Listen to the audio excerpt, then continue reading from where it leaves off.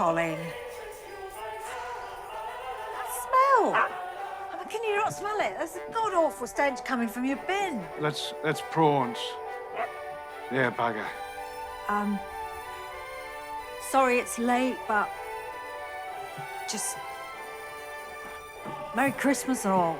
Yeah, no, I'm not really a wine drinker. Okay. Noted. Listen, I'm dying to see what you've done in there. What? Your Renos. Oh, what's Kip doing? What's she up to?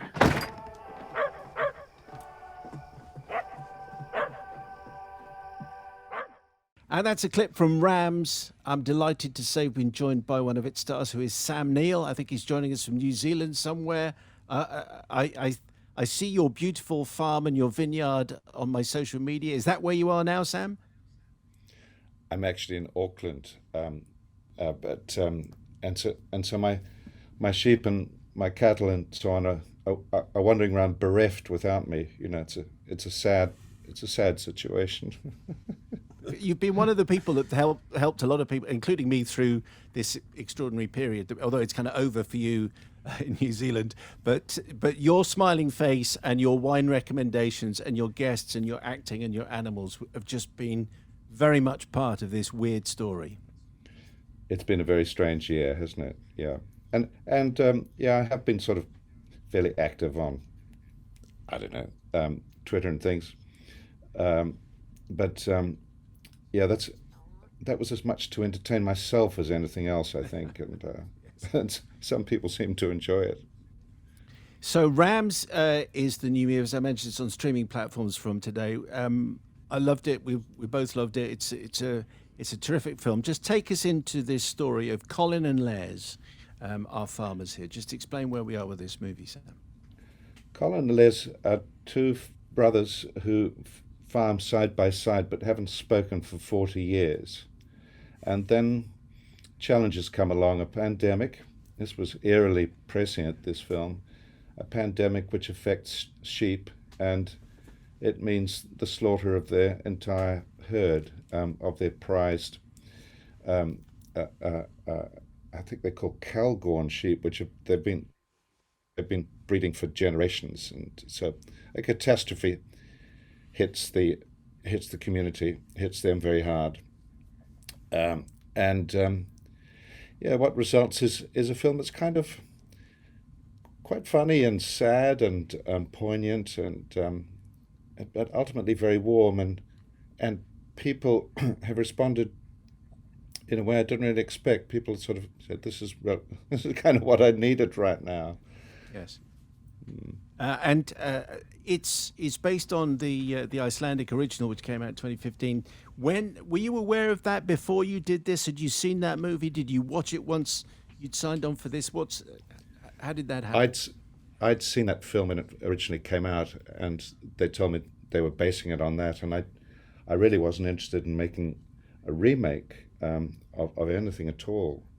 But when I read the script and I had a talk to the director, I realized that was just a sort of the starting point. It would be a very different film in tone, and the story to parts substantially as well. So, yeah, not a remake, but a reimagining, I think, is probably a fair description. Yes, you and your brother, played by Michael Caton, obviously your relationship at the heart of this movie. You're kind of trapped. I don't know what you can explain about your relationship. I mean, it's almost Shakespearean, it seems to me, in the in the fact that there are these two guys, these two kings, living next door to each other and not speaking. What can you tell us about what happened there? It's not quite clear. I think it might have been. I think it's certain that Colin, the brother, has been to Vietnam, has had severe PTSD, and also has a drinking problem. But I think other things have happened, and there was probably one or two women involved. Who knows? But these old bachelors are stuck in their ways, and no one's going to change that. But stuff happens, and a lot happens in this film. One of the things that the film does share with the Grima Hakanassen version is that it's not particularly verbal. In fact, most of the things that are really significant are said not through words, but through looks or grunts. And there's a moment when your brother clicks at you in a bar, and there is a moment in which the most significant conversation is, "All right." Pardon my accent. Can you? I apologise, Sam. Can you say something about what it's like taking on a part in which it is primarily not about words? Look, I'm familiar with. I used to work on farms in the holidays, and people out there don't say much. You don't need to say much. And also, it was interesting, my father's generation had been to the war and were kind of silent men. They came back from the war, and their wives were encouraged not to ask them about what had happened, where they'd been, what they'd done, what they'd seen. And so they were used to being quiet. And I was fascinated by that men, you'd be working with men in the fields or in a wool shed or something like that, and very little was said, but what was said was very economic and did the job. There's also a weird thing about that they are more connected to their animals than they are to themselves. I mean, in the film, there's a scene early on where you say, "You're beautiful, you're beautiful, you're beautiful, but you're the most," and the most affectionate things that are said to the sheep. Well, I think that's probably familiar to British people, don't you? I mean, my parents were effectively British, and they lavished with their pets with affection, but I don't remember ever having had a cuddle. There's another theme which runs through this particular take on the story, Sam, which is fire, fear of fire, the fire hazard, and anyone who's been following the news now reads of hundreds of Australians being evacuated from, and this is in Western Australia, which is the area where your movie is. Can you just say something about how that threat and that fear runs as a spine through this story? Yes, it's something that's true of Australian life, and it's one of the things that upends the original Icelandic film, which was about snow and cold and ice, and this is about heat and fire, and the devastating effect that fire can have on communities, and I think it was about 3 months after we finished shooting this film that those last terrible fires with millions of acres of bush were destroyed in Australia, and that's happening again in Western Australia, actually not far from where we shot this film. So my heart very much goes out to those people. And I myself couldn't actually live in the bush if I was in Australia. I just find that prospect so frightening. Those eucalyptus trees, which are the dominant trees in the Australian bush, are really like fireworks ready to go off. And this time of the year is very scary indeed.